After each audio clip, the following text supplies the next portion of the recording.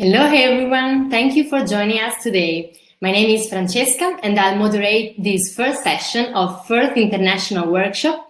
Today we are going to talk about Med-Arb or Arb-Med, a hybrid ADR mechanism. But before starting, I would like to tell you a little bit about MediateGuru, as some of you may be new here. So MediateGuru is a social organization led by members across the globe. Our aim is to bridge the gap between general public and litigation by spreading awareness about mediation as the future. We have conducted various international webinars promoting mediation with speakers from all around the world so that you can add value to your legal studies and legal career. So without further ado, let me introduce you our esteemed guest, Mrs. Stefanie Efstathiou. She's a EU qualified lawyer who has obtained legal training in Greece and Germany. She's a UDRP Panelist at the Czech Arbitration Court and specializes mainly in domain name, IP disputes, as well as international commercial arbitration. In addition, she holds 3 LL.M titles and is in the process of becoming a certified mediator. Welcome again, Mrs. Stefanie. It's a pleasure to have you with us today. And our sessions are usually very interactive, so I please you all to feel free to ask your questions in the chat box below, and I will address to our guests. Also remember that feedback form will be sent at the end. And over to you, Stefanie. Thank you very much, Francesca. So good morning, good evening, good afternoon to everyone joining us around the world, wherever you are. Today for the 4th International Workshop of MediateGuru. Thank you very much for the kind introduction, Francesca, and thank you also to the organizers for the honoring invitation. It is an honoring invitation to speak about a topic which is close to my heart because it is combining 2 ADR methods, and when done right, gives to the parties the maximum experience of ADR and also great outcome. So Med-Arb or Arb-Med, a hybrid ADR mechanism. Let me just share the PowerPoint now.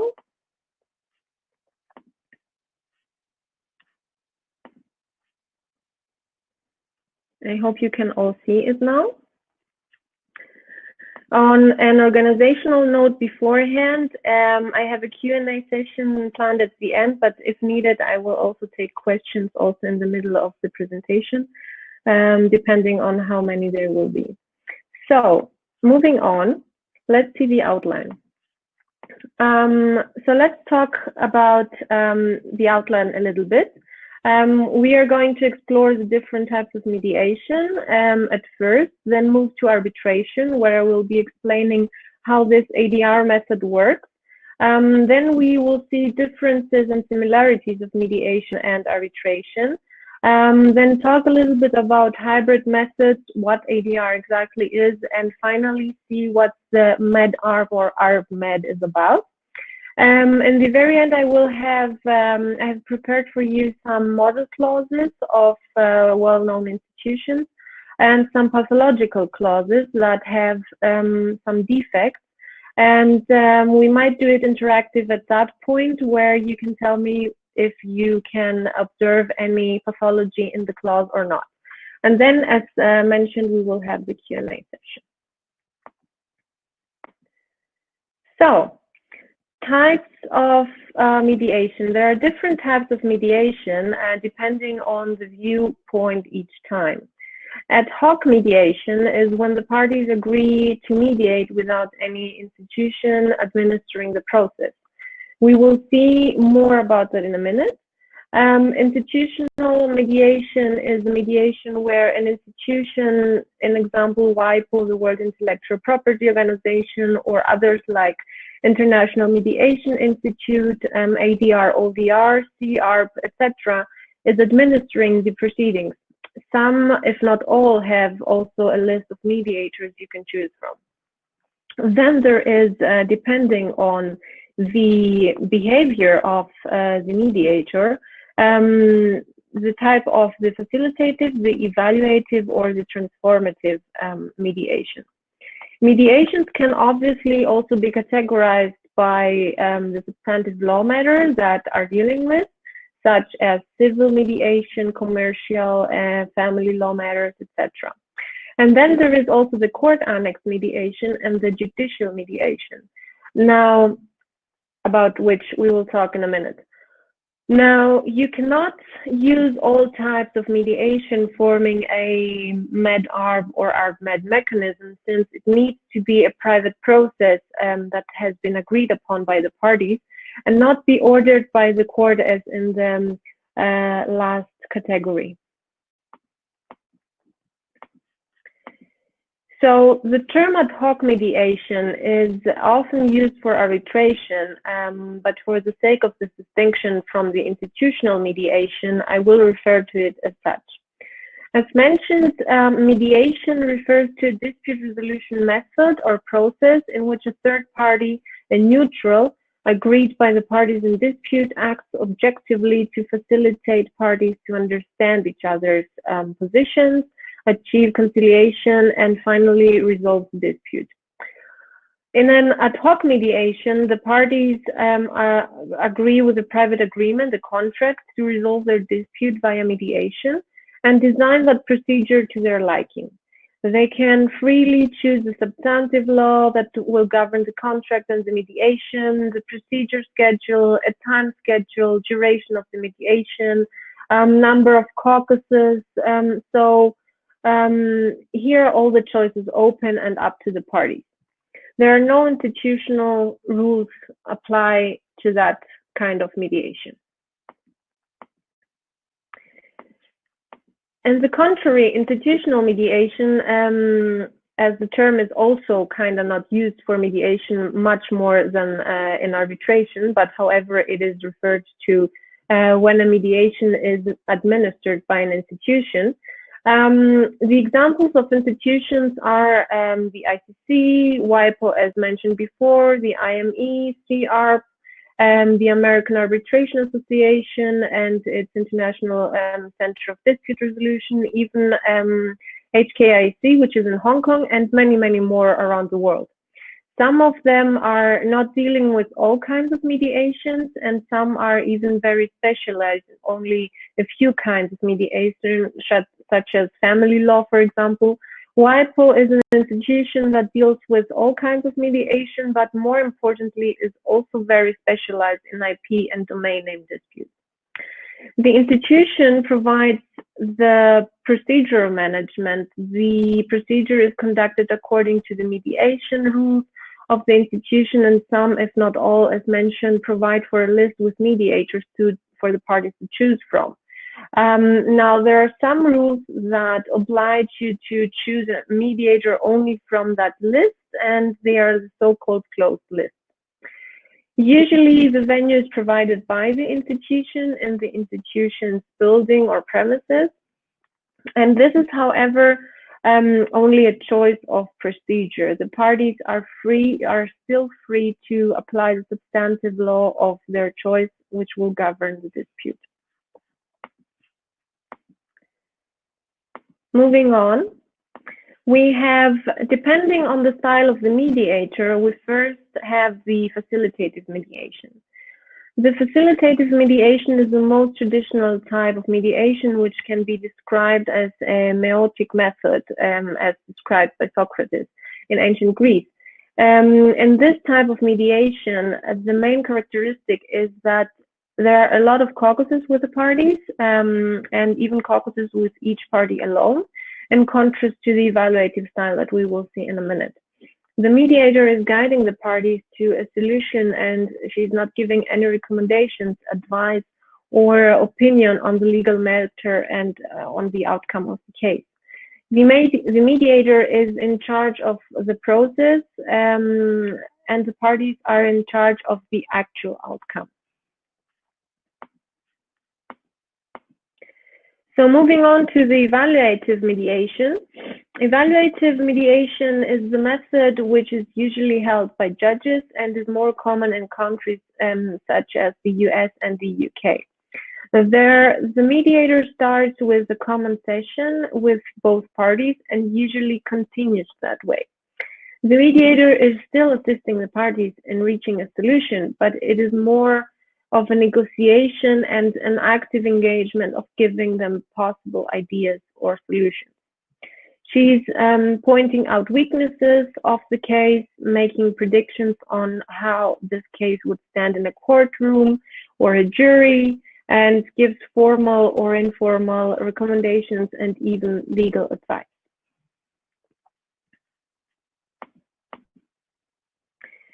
Court Annex mediation. The case is brought before the court, and in the course of the proceedings, the judge is proposing the parties to submit their case to mediation. Upon confirmation, the judge adjourns the hearing and orders suspension of judicial proceedings. The court has normally no authority to appoint a mediator unless the parties ask for judicial mediation. Here, I should note that there are some jurisdictions that have also compulsory or mandatory mediation proceedings, which is seen like a pre-trial effort to settle.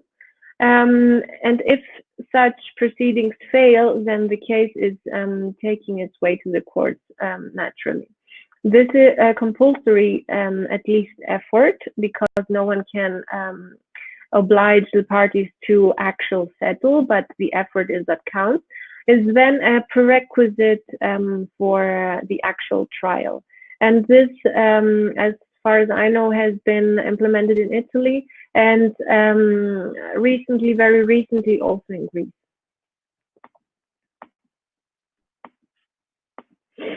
So judicial mediation is a voluntary procedure. On the other hand, a senior judge or judges presiding at first instance courts or courts of appeal are then usually appointed as mediators. It is connected with an initiated proceeding, and recourse to mediation may take place before filing a suit or during lis pendens. The court acts as an institution in terms of venue and personnel. Now, moving on to arbitration. Arbitration is a form of alternative dispute resolution. With arbitration, the parties to a dispute agree to have the dispute decided by a neutral third party as well. More often, this is a panel of arbitrators or of 3 arbitrators or more, which is then called tribunal. Arbitration is different from mediation because the arbitrator has the authority to make a decision about the dispute.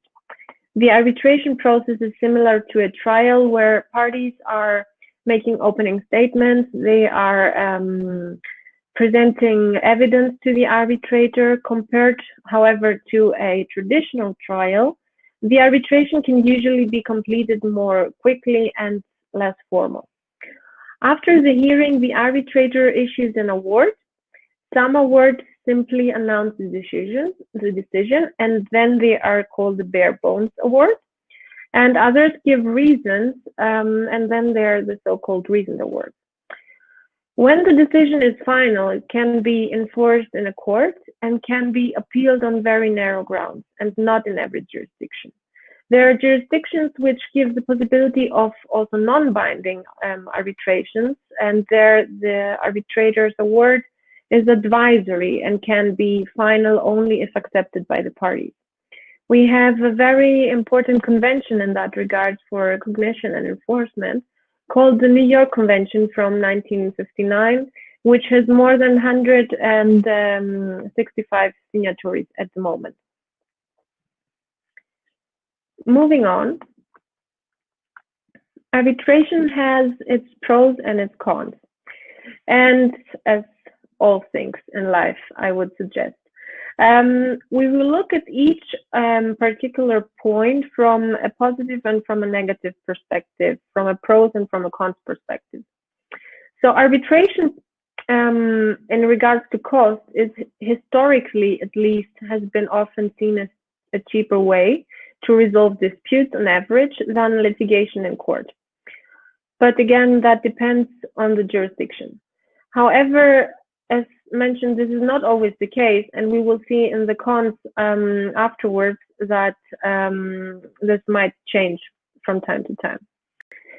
The speed is also highly debated lately also in the light of investment arbitration, which take many years.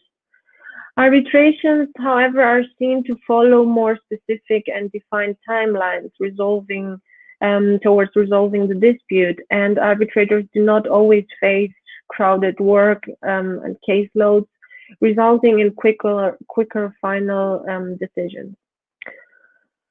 On the point of fairness, impartiality, and neutrality, often arbitrators are selected by agreement of both parties, of course, by a third-party arbitration service or via an outlined method where input is allowed by both parties. This means that in many cases, no single party controls who the arbitrator or the arbitrators will be.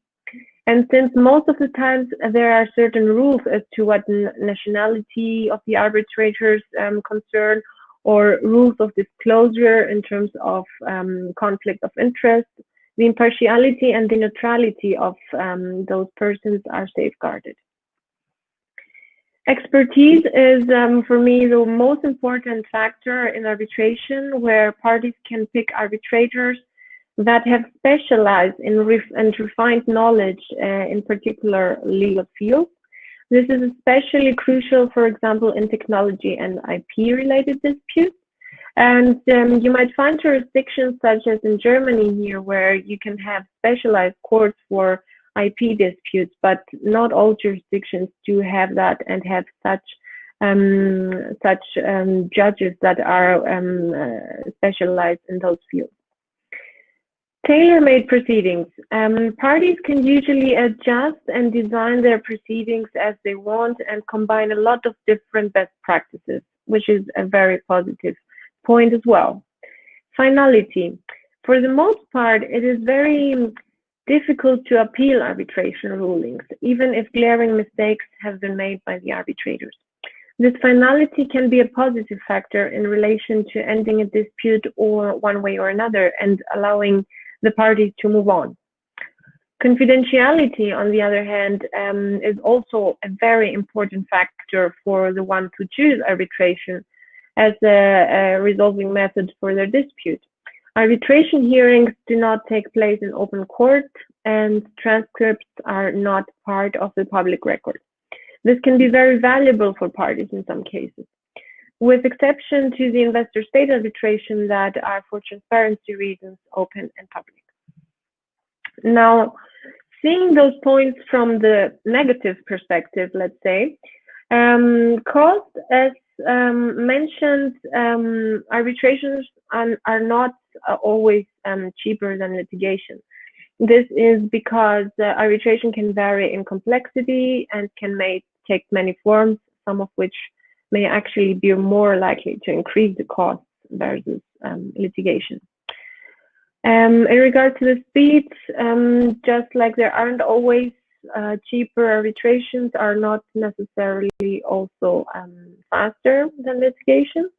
This is particularly possible in cases with multiple parties, with multiple arbitrators, and complicated legal disputes. The parties can even agree on a deadline for the award, for that matter, after the ending of the arbitration proceedings, for example, in 2 weeks after the ending of the arbitration, and this is widely used lately. Fairness, impartiality, and neutrality. Nothing much of a negative point to raise here, but for example, consumers may have legitimate concerns when dragged into arbitration over what might be easily solved by a small claims court. Also, companies favoring arbitration may be more familiar with the specific arbitrators or with the process in general than private persons and consumers. Usually this is happening in the US, and also there, the banking sector in the US has a long tradition with arbitration clauses in terms of their consumer contracts. Also, there have been recently cases, especially in Brazil, where arbitrators were accused and proven to be corrupt, and sometimes even a neutral is in the end a simple human being with her own prejudice and biases. Expertise.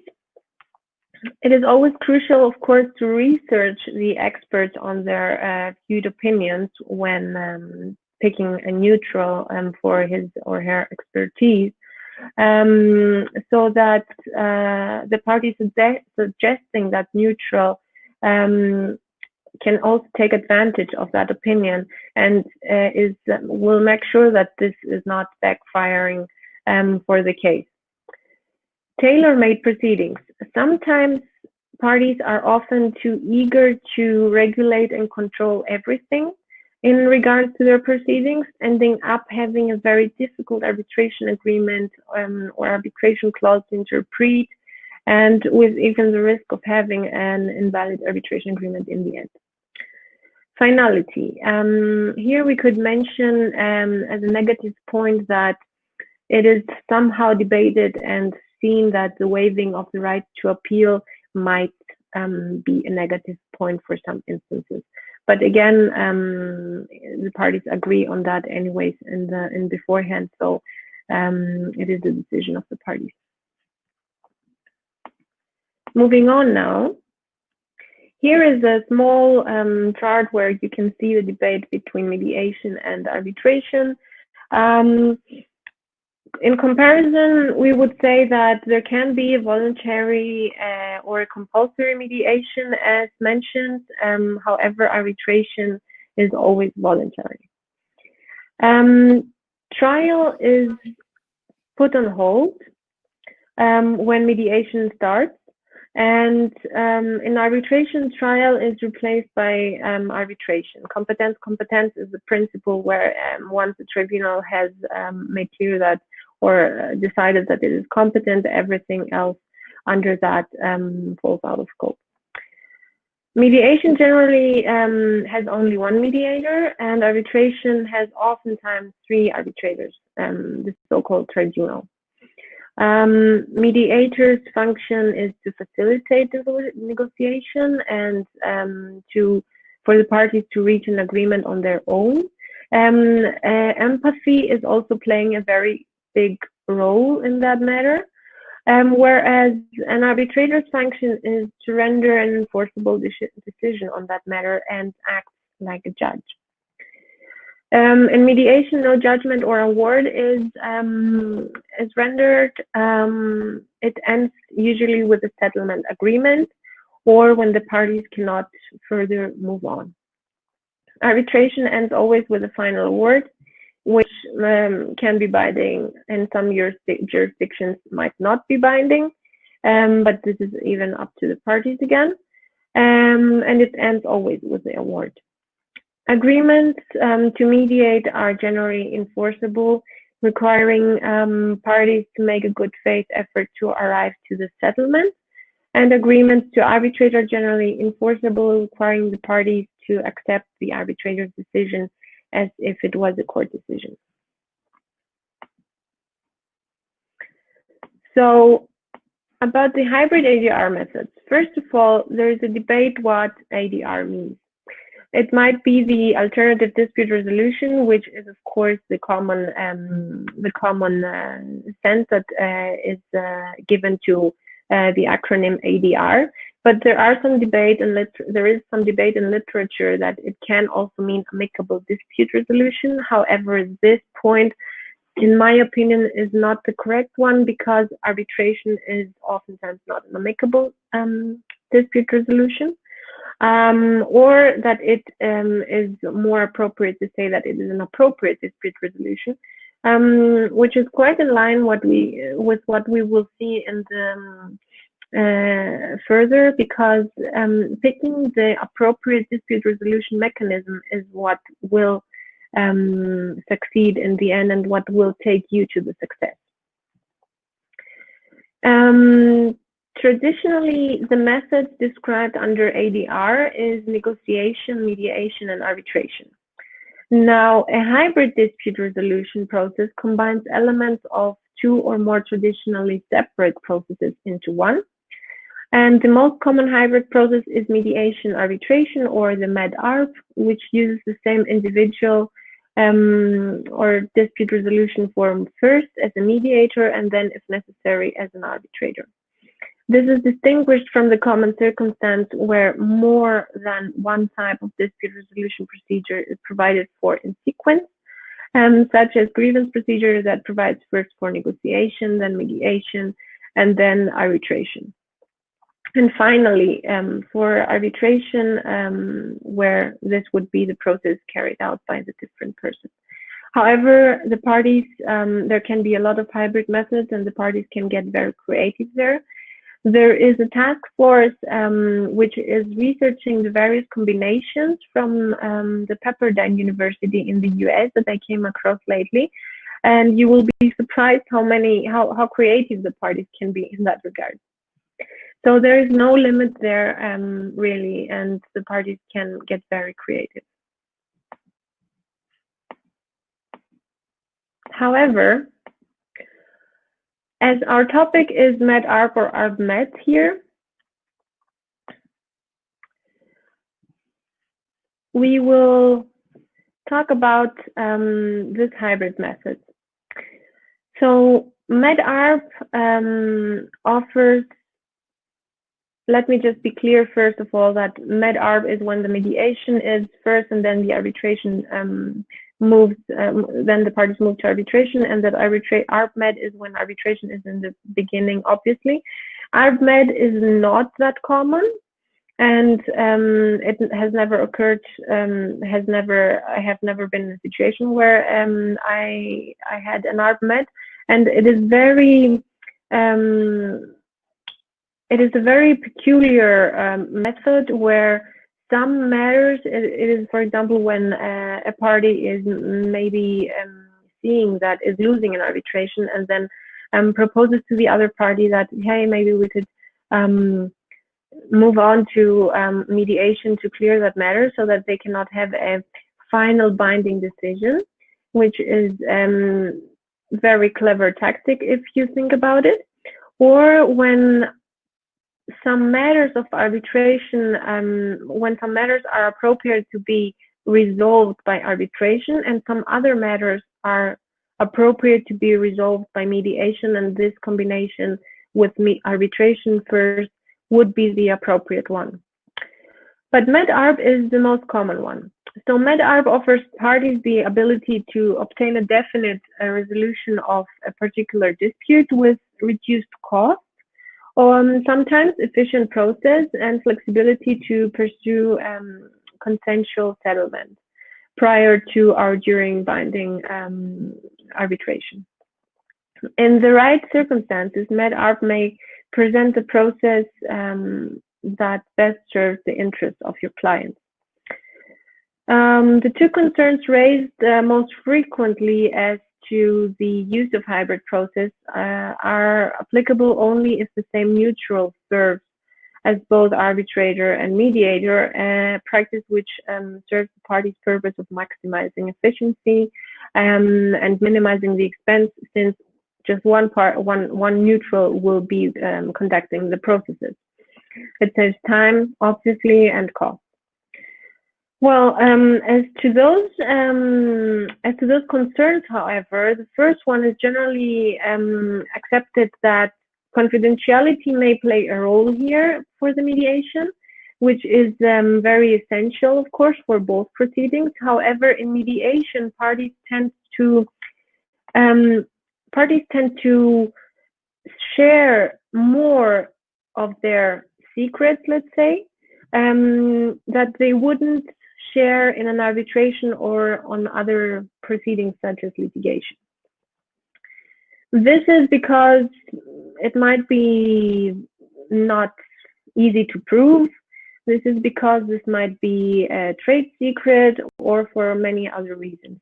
The trust towards the mediator is a very, very important factor for mediation to be successful, and in those kind of constellations where the mediator will switch hats afterwards and be an arbitrator and he cannot block the knowledge that he gained from the mediation, it might lead the parties not to cooperate as if they would cooperate only when they would have one mediation. Second, there is a concern, on the other hand, that the mediator will be privy to confidential information derived from private caucus sessions with the parties, and the opposing party will not know what was said and will not have the opportunity to rebut the information in the arbitration phase, and breach of concepts of natural justice and due process. Some argue that the concerns are real, that are a real threat, and that a hybrid of mediation and arbitration jeopardizes both processes. Others argue that these issues can be dealt with in various ways, and that in any case the parties should be able to design their own process and contract for the one that suits them best. In any case, the parties are aware of what they will give their consent to in advance, and if that is what they want, then everything should be safeguarded in the proceedings afterwards. Moving on, we will see now the pros and the cons. Already mentioned some of them. However, in the pros, when a Med-Arb is conducted, then you will always have a dispute settled. You will always have a final binding award afterwards, so that even if any settlement reached during the Med-Arb can subsequently be recorded in the form of a final award by the Med-Arbiter, which would then benefit from the enforcement regime of the New York Convention, as I mentioned earlier. There can be suitable solutions and methods for every sub-issue, as mentioned, if dealing with some issues in mediation and some other issues in arbitration. Any settlement reached in mediation can then be made an award, as said, and this is cost and time effective and efficient, as already mentioned. To the cons, the mediator might become forceful to come to a settlement so that he can then afterwards write it down in an award. And it is always hard to switch hats when being double-hatted, since already explained that he will not be able, he's just a human being as well, and he will not be able to block knowledge that he gained from the mediation. That's why parties may hold back info, and there is also the mentioned danger to confidentiality and potential impact on the neutrality and fairness, because with great power comes great responsibility. So now we move to the part where I will prepare for you some clauses. And I think you should get ready also to interact in the chat box below how you, if you have any thoughts on the clauses afterwards, either these ones or the pathological ones.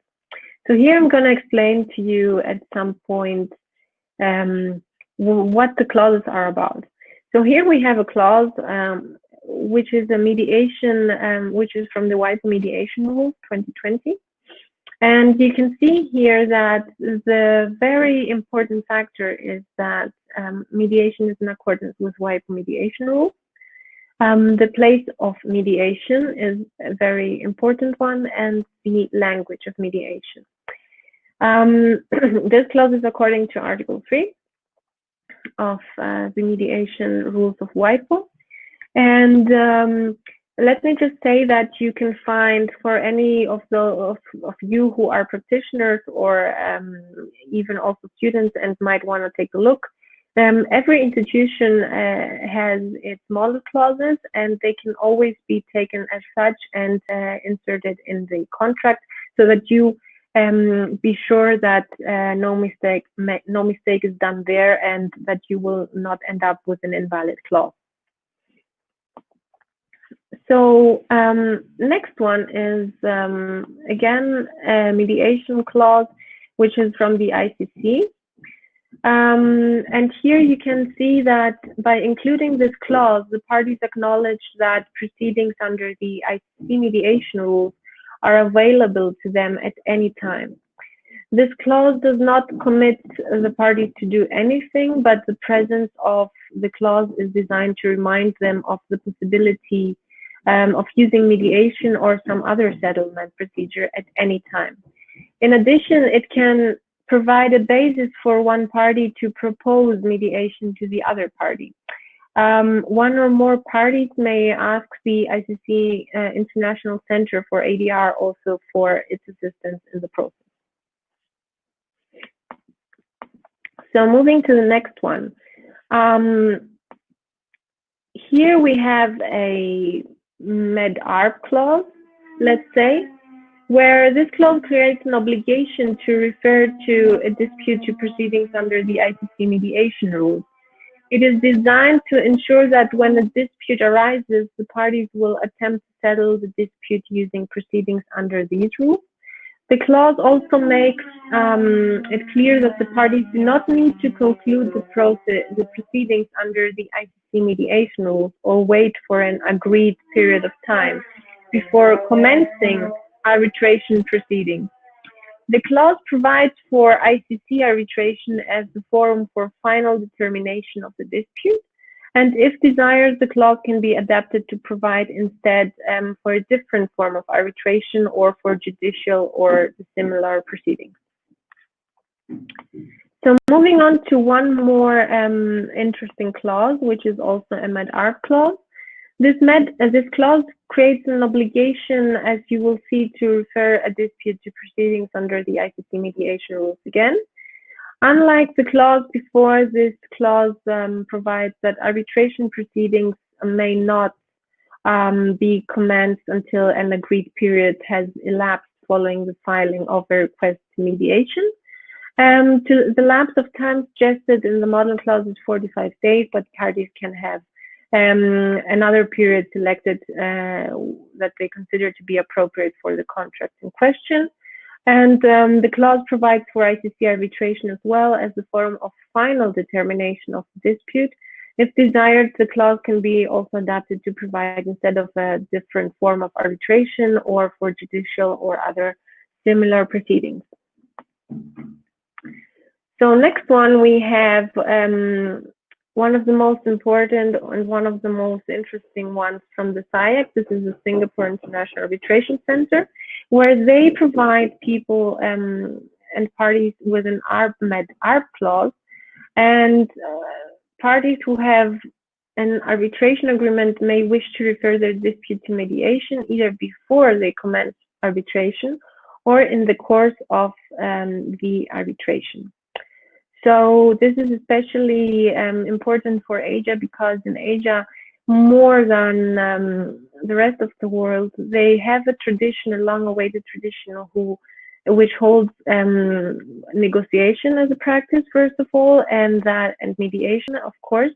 But there is also this feeling of having someone neutral to debate on their issue and to help them negotiate, which is a much more older tradition than we have it in the rest of the world. So next one, we come to the pathological clauses.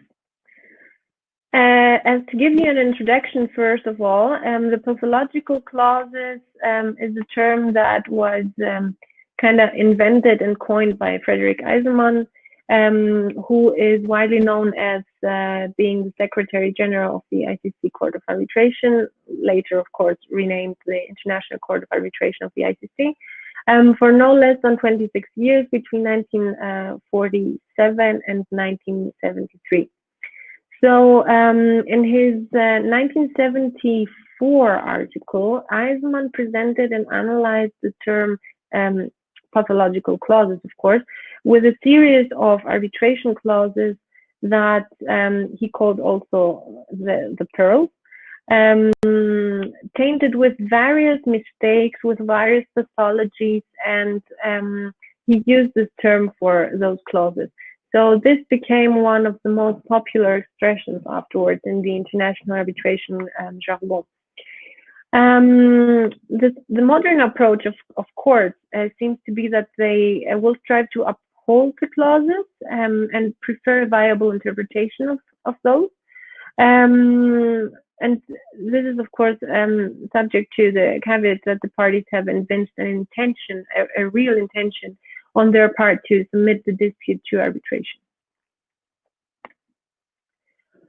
So moving on to the pathological clauses, now I would suggest that I wait a few minutes, and if anyone has some thoughts on that, whether the two clauses have anything that might be seen as a mistake or what's wrong with the clauses, then I will see it in the chat and we will discuss it together then. So the first one is, in the case of dispute contestation, the parties undertake to submit to arbitration, but in the case of litigation, the Tribunal de la Seine shall have exclusive jurisdiction. These are cases and clauses that have been reviewed already by the court, so I will also tell you the outcome laterwards. Any thoughts on that clause?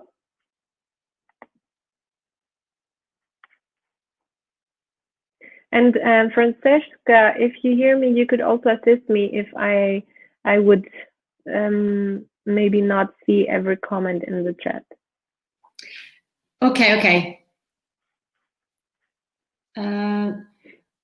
We do have some questions for you, but they are not related to pathological clause. Maybe we have to wait a little bit more. I don't know. You choose. I think there is one I see here. No litigation says, since parties undertook to submit to arbitration.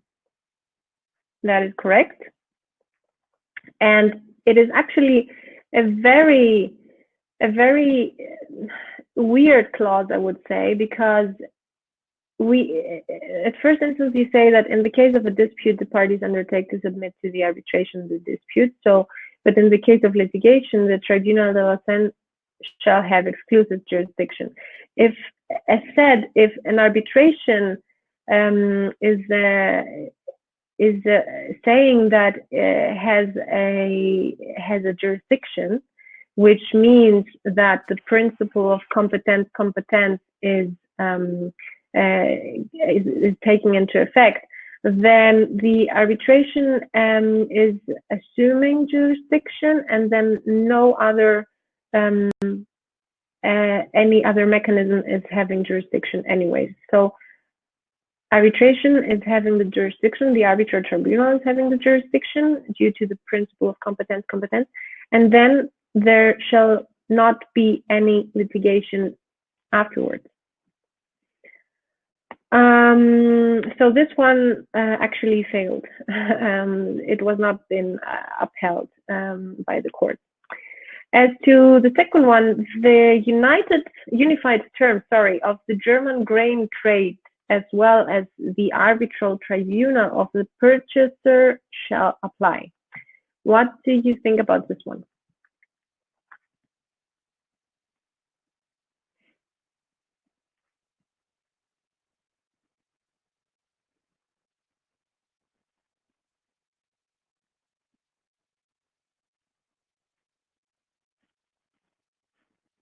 Let's see, any comments there?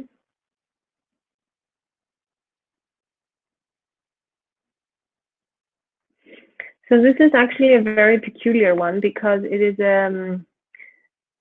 also an old case, and back then the unified terms seemed to be incorporated into the agreement. So the court actually upheld this clause, and it was a very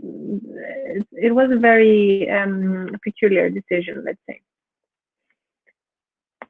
Moving on. So the first one of these is the parties undertake to have the dispute submitted to binding arbitration through the American Arbitration Association or to any other U.S. court. The arbitration shall be conducted based upon the rules and regulations of the International Chamber of Commerce. What do you think about that?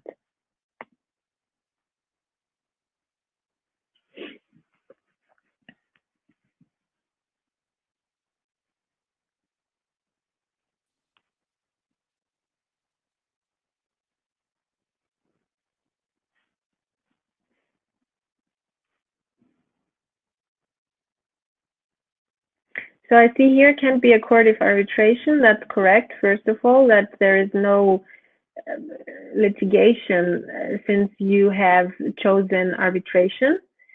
Let's say that the parties wanted to go to arbitration in terms with the American Arbitration Association, which has its own rules, however, so you cannot afterwards say that this arbitration will be conducted upon the rules of the ICC. So this clause failed the test as well, because it was also not clear which of the two you would really want. So the parties were obviously opting for arbitration in some sense, but it was not clear for which kind of institutional arbitration. Is it the American Arbitration Association or is it the ICC at the end? So moving to the next one, in the event of any unresolved dispute, the matter will be referred to the International Chamber of Commerce. What do you think about this one? This is a tricky one.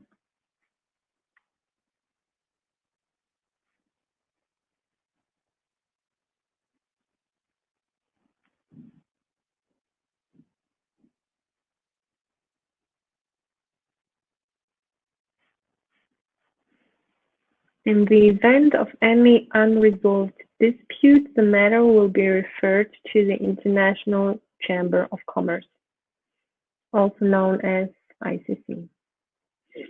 Any pathology there?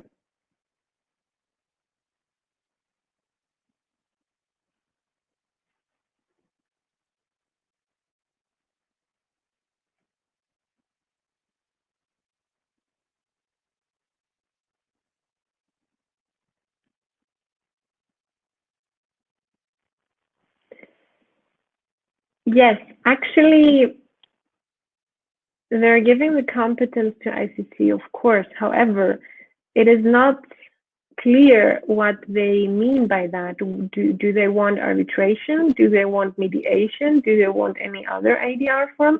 This is not clear, so this clause also fails the test. So moving on, we have one last pathological clause, which goes like that. Any dispute or difference arising out of or relating to this contract or the breach thereof, which cannot be settled amicably without undue delay by the interested parties, shall be arbitrated in the third country under the rules of the third country and in accordance with the rules of procedure of the International Commercial Arbitration Association. What do you think about this one?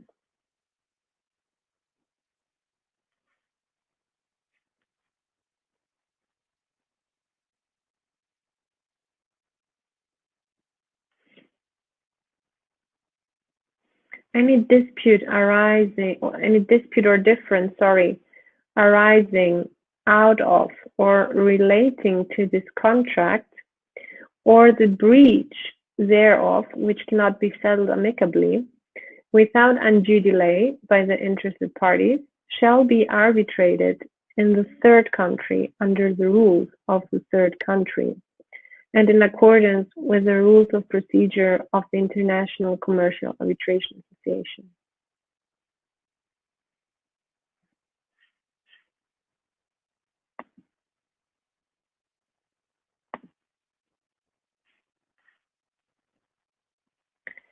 That's right. They didn't specify the third country. However, of course, you will have to know the background of it. There was another specification in the contract so that they actually defined the third country. However, that is a very complicated clause, and it is also sometimes what we lawyers do, that we don't put a full stop in a very small sentence and create very, very big sentences where other parties do not afterwards understand what we are saying. However, this clause was actually upheld, because under the circumstances that the court actually revised it, and with the arguments brought in front of the court, then it became a little bit more clear that what the parties meant by this clause. So it was in the end upheld. And with that, we will be moving to the Q&A section, where I think Francesca will assist me. Here I am. So thank you very much, Stefanie. Your presentation was very insightful, and we like a lot the way you decide to develop your presentation. I mean, starting with the types of mediation, focusing on the comparison between mediation and arbitration, as well as pros and cons, and how you scrutinize the hybrid method and the different example of clauses. So thank you very much again. Now we do have some good questions for you. Luckily, our participants are very buoyant, and they are asking a lot of questions for you.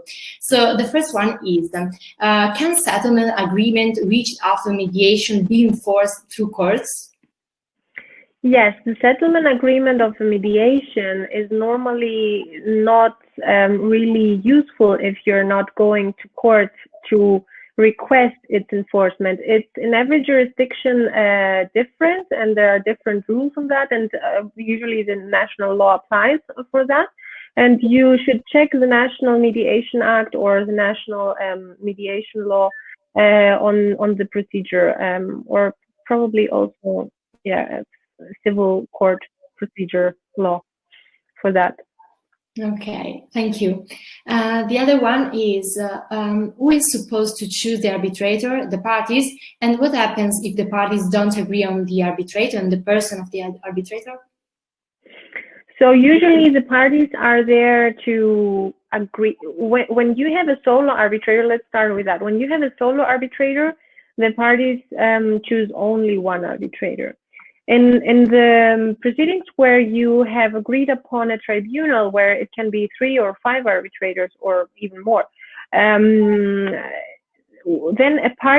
each party chooses one arbitrator, and those 2 arbitrators then choose the presiding arbitrator, the third arbitrator. Of course, it is very crucial that those arbitrators that have been chosen by the parties are neutral and impartial. However, it is deemed that since one party is choosing its arbitrator in that constellation, that at least this arbitrator of the party is at least safeguarding its right to be heard in the arbitration, etc. Such kind of rights. But it is not, he's not deemed or she is not deemed to be impartial for that matter. Of course, he stays neutral. Now, to the question, if they're not really giving consent to the person of the arbitrators, then it depends. It depends whether you have an institutional arbitration, and usually institutions are have safeguard clauses on that. So the institution is then kind of agreeing on the arbitrator. And other than that, I would say that if you don't have an institution and you have an ad hoc arbitration, then the parties will have to agree eventually on someone, because then you cannot move on to resolve your dispute, so you're deadlocked. Yeah. Thank you. Another one is related again with arbitration, and it is, what categories of disputes can be settled with arbitration? It depends, again, because the arbitrability of the cases depend on the national law. So, for example, some jurisdictions in the years before, because now we have entered, I think, in a different era where jurisdictions allow more and more legal fields to be arbitrated. But I can remember that in some jurisdictions, at some point, family arbitration was not yet allowed. Yeah. Also, I think here in Italy, something related to administrative disputes that there are some binding, rules. And another one is why in WIPO mediation is not followed? Sorry, why? In WIPO mediation is not followed? I need a clarification on that. What does the participant mean with not followed? It is so WIPO mediation and WIPO arbitration is maybe it's with the clauses in connection. But anyway, WIPO mediation, and I can talk a little bit about that. WIPO mediation and WIPO arbitration is conducted by this institution, WIPO. WIPO is the World Intellectual Property Organization in Geneva, which is one of the big institutions who provide for ADR processes and has a long tradition with resolving disputes and alternative dispute resolution. As said, they are also very specialized in IP and patents, related to disputes, domain name arbitration, and yeah, this is a very important factor. Thank you. So the last one is, will electronic Med-Arb have any different consequences? Electronic Med-Arb, well, it depends again on how you will convene the message to the parties. It depends on the mediator, on the med-arbiter, so the mediator and consequently arbitrator afterwards, to safeguard all the factors and the characteristics of both processes. And again, it is very important to establish trust between the neutral and the party, and sometimes this might not be that easy in an online environment, or you cannot control everything as a neutral in that regard. Okay, thank you very much again. The session was very engaging, I would say, and has been some great interaction as well. I'm sure all the participants are very grateful for your presentation. Really thank you everyone for joining us today in this webinar. I'm glad you have all enjoyed the session, and thanks for your nice comments. Please remember to fill in the feedback form to receive your e-certificate, and if you like our events, keep in touch and follow us on Facebook, on Instagram, YouTube. We also have a WhatsApp group for the latest updates. And Stefanie, thank you again for coming, for staying with us, and I hope to have you with us soon again. Bye-bye, everyone. Thank you. Bye. Thank you very much. Bye. Bye.